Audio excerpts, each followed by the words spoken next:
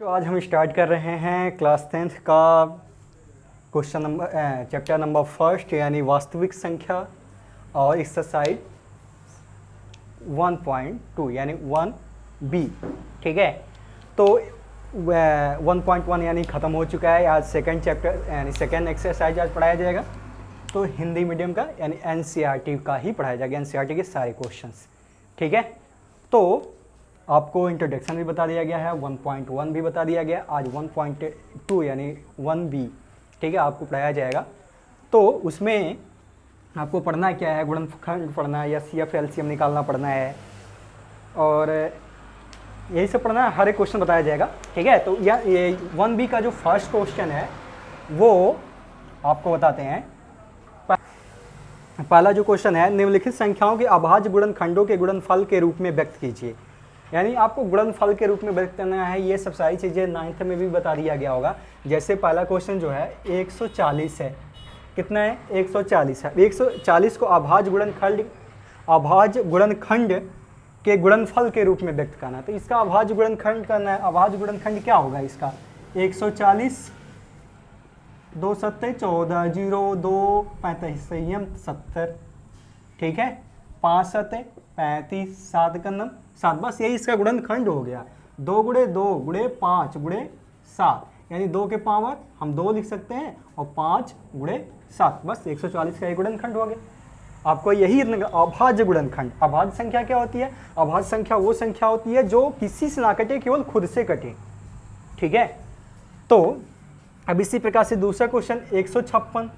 अब 156 का गुणनखंड क्या होगा, 156 का गुणनखंड फिर से हम गुणनखंड कर लेते हैं। 156 2 7 14 2 8 16 2 3 6 2 9 18, 3 से करते 3 का नम 3 3 3 का 9 13। ठीक है, गुणनखंड क्या हुआ, 2 गुणे 2 गुणे 3 गुणे 13, यानी इसको हम लिख सकते हैं 2 के घाते 2 गुणे 3 गुणे 13। ठीक है, तो इसका गुणनखंड क्या होगा, ये हो जाएगा। बस आसान है, सिंपल, कुछ करना नहीं है इसमें। बस एक क्वेश्चन और बता देता हूँ, उसके बाद आप लोग कीजिएगा। क्वेश्चन नंबर मतलब पहले का तीसरा 3825, इसका भी हम फैक्टर कर लेते हैं धीरे से। 3825 3 से कैंसिल होगा कि नहीं कैंसिल होगा, 3 से कैंसिल होगा। 3 1 जा 3 3 2 जा 6 से कैंसिल हो सकता है। ये जरा इसमें से आई भरना, 3 से कैंसिल करते हैं। 3 1 जा 3 3 2 जा 6 से 2 बच गया। 3 7 जा 21 यानी 3 7 21, 1 बच गया, 3 5 15। फिर 3 से कैंसिल करेंगे, 3 चौके 12 और यहाँ पे हो गया 3 दूनी 6, 3 5 15। फिर 3 से कैंसिल होगा कि नहीं कैंसिल होगा, नहीं कैंसिल होगा। 5 से कैंसिल करते हैं, 5 पे 8 जा 40, 5 5 जा 25, 5 से फिर कैंसिल करते हैं, 5 1 जा 5, 5 7 जा 35। फिर 17 से कैंसिल कर देते हैं। फिर इसका फैक्टर क्या होगा, 3 इंटू 3 इंटू 5 इंटू 5 इंटू 17, यानी इसको 3 के घाते 2 लिख सकते हैं और 5 के घाते 2 लिख सकते हैं। यहाँ पे गुणे हो जाएगा 17।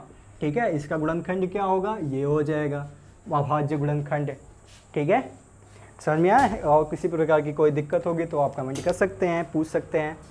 ठीक है, अब हम इसके गुणनखंड बाकी जो हैं आप कर लीजिएगा।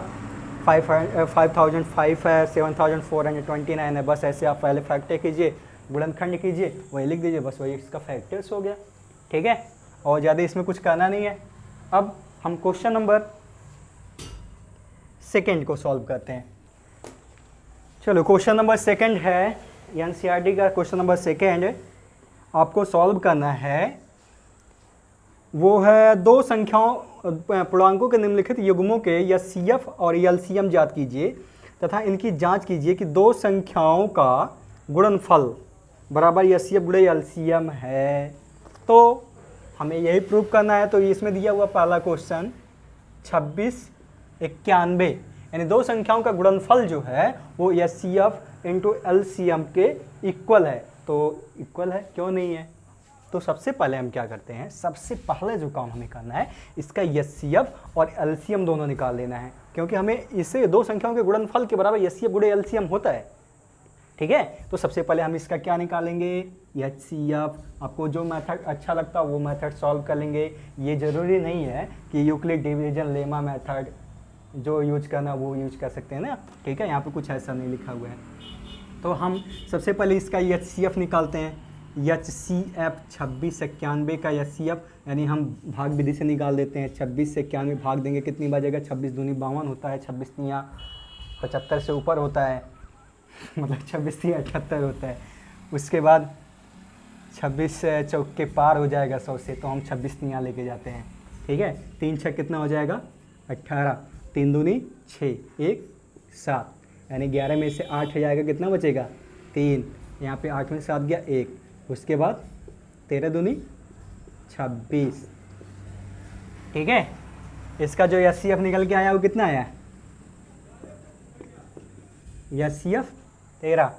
और अगर हम इसका एलसीएम निकालेंगे तो एलसीएम कितना हो जाएगा 26 से 91 का, ऐसे निकाल देते हैं 26 91 13 91, 7 से काट देते हैं 91, 13 7 91, 13 से कैंसिल कर देते हैं। ठीक है, इसका एलसीएम क्या हो जाएगा 2 गुणे 7 गुणे 13। ठीक है, इतना तो गुणा कर सकते हैं ना। 13 7 कितना होता है 91 गुणे 2, 2 का नम 2, 2 9 18, यानी इसका एलसीएम कितना हो गया 182। ठीक है, इसका एलसीएम हो गया 182, इसका एचसीएफ हो गया 13। तो आपको अब इसको प्रूव करना है, ये जो फार्मूला है इसी फार्मूले को प्रूव करना है। ये कह रहा दो संख्याओं का गुणनफल बराबर एचसीएफ गुणे एलसीएम। ठीक है, तो आप इसको प्रूव करो कि हाँ होता है कि ये दो संख्याओं का गुणनफल बराबर एचसीएफ गुणे एलसीएम। तो हमको एलसीएफ और एलसीएम पता हो गया, इसको आप निकाल ही लेंगे। तो एचसीएफ कितना आया था 13, एलसीएम कितना था 182। ठीक है, तो दो संख्याओं का गुणनफल यानी संख्या क्या थी 26 91 था। तो दो संख्याओं का गुणनफल यानी दो संख्या यानी पहली संख्या गुणे दूसरी संख्या बराबर क्या होगा एचसीएफ यानी 13 गुणे एलसीएम यानी 182। अब हम इसको गुणा करेंगे, देखेंगे आंसर सेम आएगा। अच्छा 182 है यहाँ पे, थैंक यू। 26 से 91 का गुणा करेंगे, 26 से 91 क्या होगा 91 गुणे 26, 6 का नम 6 6 नवा 54, 2 का नम 2 2 नवा 18, 6 4 2 6 5 8 5 13 1 13 66।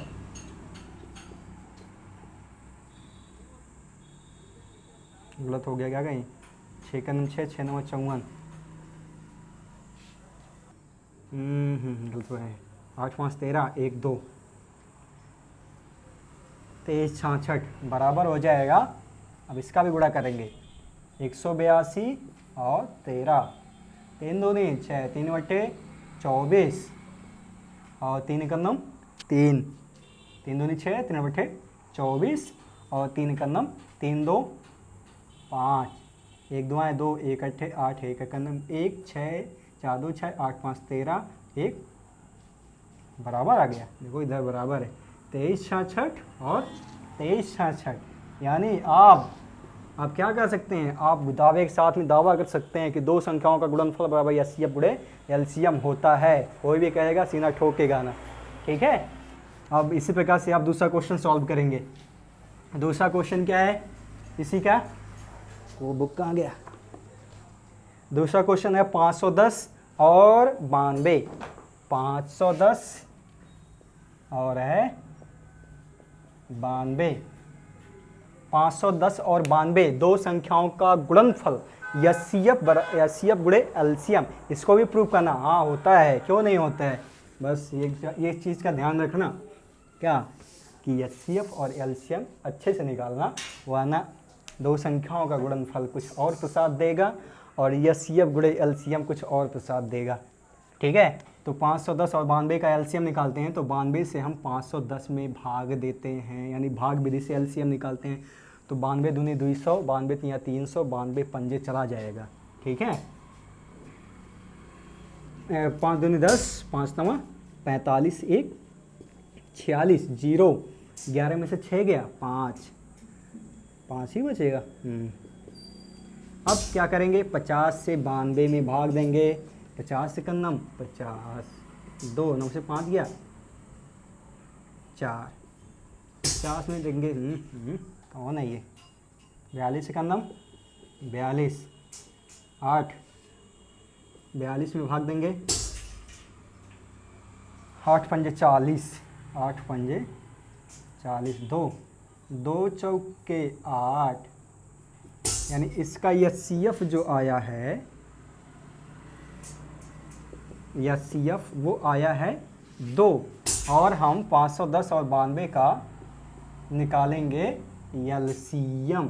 2 से भाग दिया, 2 दूनी 4, 2 पंजे 10, 2 चौके 8, 2 छक्के 12, 2 से नहीं कैंसिल होगा।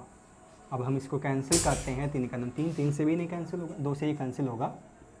2 दूनी 4, 2 तियाँ 3, 205, 5 से कैंसिल करते हैं। 5 चौके 20, 5 का 5, 2 3। ये दोनों अभाज्य संख्या है, 23 से काट देते हैं, 23 का 23, 41 से काट देते हैं, ठीक है। अब इसका LCM हो जाएगा 2 गुणे 2 गुणे 5 गुणे 23 गुणे 41, 2 ने 4 पंजे 20 गुणे 23 गुणे 41। अब 20 का इसमें गुणा करोगे, 2 3 6, 2 दूनी 4, 1 0 बढ़ गया, ठीक है। 2 3 6, 2 दूनी 4, 1 0 बढ़ा, 1 0 बढ़ा दिया यहाँ पे, और यहाँ पे गुणे हो गया 41, 41 नहीं 41। तो 460 में हम गुणा करेंगे कितने से, 41 से। 1 0 0, 1 छक्के 6, 1 चौके 4, 4 0 0, 4 छक 24, 4 चौके 16, 2 18, 0 6 4 4, 8 8 1, 18 8 60, यानी इसका जो LCM आएगा 18 8 60। इतना समझ में आ गया, ठीक है। अब हम इसको भी प्रूव कर देते हैं, क्या ये सत्य वचन है कि नहीं है। तो हम इसको मिटा देते हैं। तो सत्य वचन हम पूरा करने के लिए राजा हरिश्चंद्र नहीं बनना है, बस आपको क्वेश्चन सॉल्व करना है, ठीक है। दो संख्याओं का गुणनफल कितना था, 510 गुणे 92 बराबर कितना है, HCF कितना आया, 2 आया हो। LCM कितना है, 18 8 6 0। तो दो संख्याओं का गुणनफल हमें निकालना है, 510 गुणे 92 था ना, 92 2 0 0, 2 का 2 2 पंजे 10, ठीक है। 9 0 0, 9 का 9 9 पचे 45, 0 2 9 5 1 6 और 4, यहाँ पे हो गया कितना 46 9 2 0 बराबर हो जाएगा। अब इसका हम गुणा कर लेंगे, 2 0 0, 2 छक्के 12 और 2 बट्ठे 16। गलत आ रहा है क्या कहीं, 2 0 0, 2 छक्के 12 के 2, और यहाँ पे हो जाएगा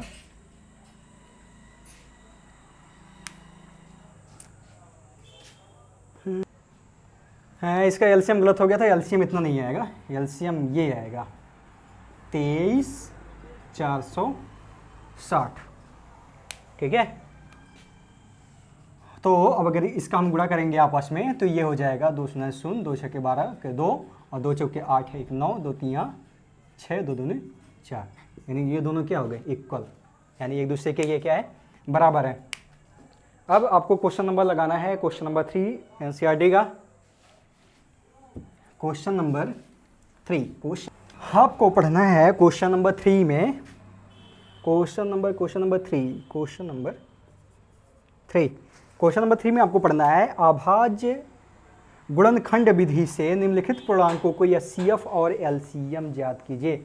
ये ध्यान देना कि चाहे जो मेथड नहीं लगा देना है, यहाँ पे आपको फाइंड करना है अभाज्य गुणनखंड विधि से HCF और LCM दोनों फाइंड करना है। तो कोई एक संख्या लेते हैं जो आपके कोई चैप्टर्स का है, वो है 12 15 21, 12 15 21। आपको फाइंड करना है 12, 15, 21 के अभाज्य गुणनखंड विधि से एचसीएफ और एलसीएम।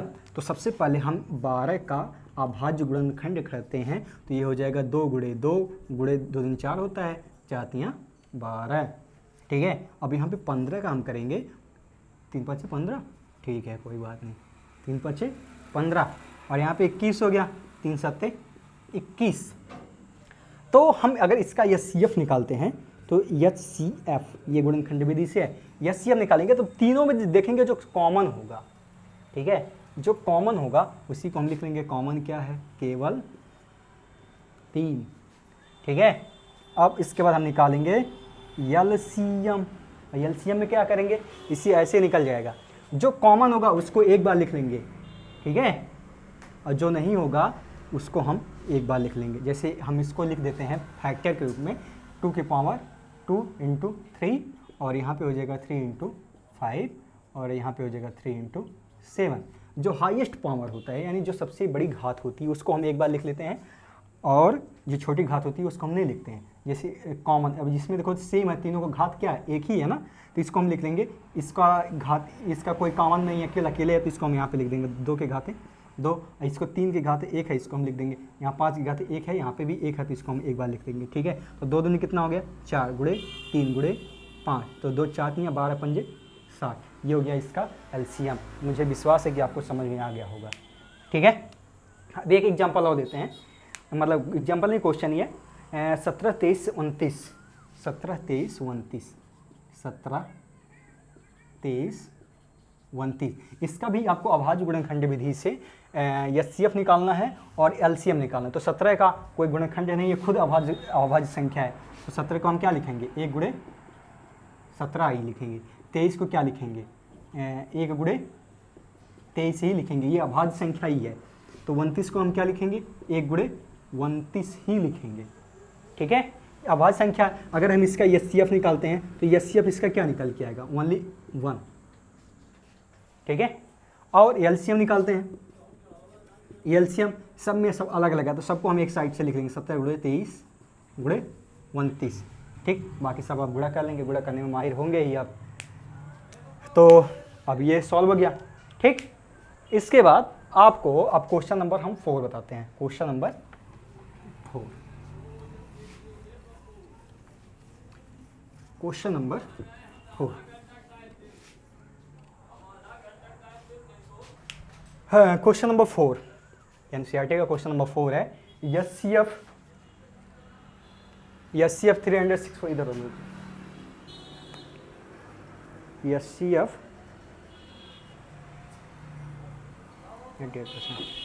657 इक्वल टू 9, यानी दो संख्याओं का एचसीएफ जो दिया हुआ है वो 9 है, और एलसीएम में आपको ज्ञात करना है। तो आपको इसके पहले भी फॉर्मूला आपने प्रूव किया है कि दो संख्याओं का गुणनफल और एचसीएफ और एलसीएम के गुणनफल के बराबर होता है। तो आप क्या करेंगे? वही फॉर्मूला यूज कर लेंगे। दो संख्याओं का गुणनफल, दो संख्याओं का गुणनफल, दो संख्याओं का गुणनफल बराबर एलसीएम गुणे एचसीएम। तो दो संख्या कौन कौन सी है? दो संख्या, एक संख्या ये है, एक संख्या ये है, ठीक है। दो संख्याओं का गुणनफल यानी 306 × 6057 इक्वल एलसीएम गुणे एचसीएफ। आपका एचसीएफ दिया हुआ है, क्या दिया है? एचसीएफ दिया है। एलसीएम आपको फाइंड करना, तो एलसीएम हम ऐसे ही छोड़ देंगे,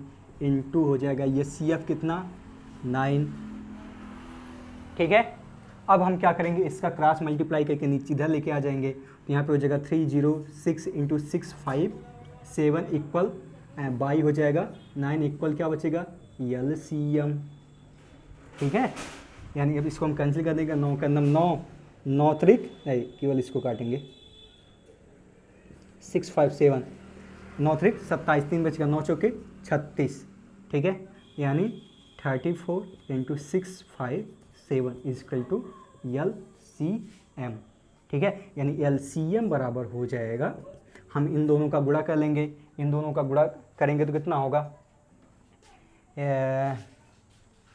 657 इंटू कर देंगे हम 34, 4 सत्ते हो जाएगा 28, 4 पंजे 20, 2 22, 4 छक 24, 24 2 26, 3 सत्ते 21, 3 पच्चे 15, 2 17, 3 छक 18, 1 19, 8 2 1 3 6 7, 6 6 12 1 13, 9 2 11 1 2। ठीक है,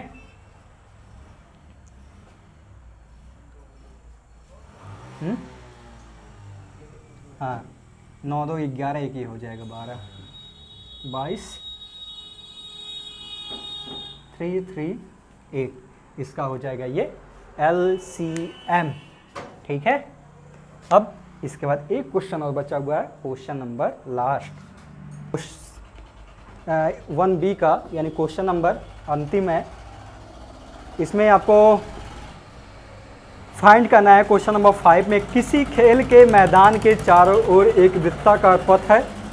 इस मैदान का एक चक्कर लगाने में सोनिया को 18 मिनट लगते हैं, जबकि इसी मैदान का एक चक्कर लगाने में रवि को 12 मिनट लगते हैं। मान लीजिए कि वो दोनों एक ही स्थान और एक ही समय पर चलना प्रारंभ करते हैं, एक ही दिशा में चलते हैं। कितने समय बाद वे दोनों पुनः प्रारंभिक स्थान पर मिलेंगे?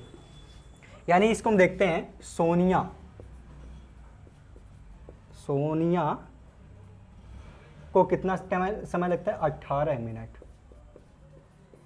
और रवि को एक चक्कर लगाने में कितना लगता है? 12 मिनट। अगर दोनों एक साथ में चलते हैं तो कितने समय बाद मिलेंगे?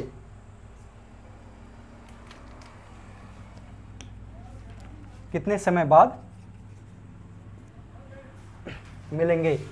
ठीक है, तो आपको इसमें कुछ नहीं करना है, केवल आप इसका 18 और 12 का ये LCM निकाल लीजिए। ठीक है, तो 18 और 12 का हम क्या करेंगे? LCM निकालेंगे। 18 12 का LCM निकालने पर,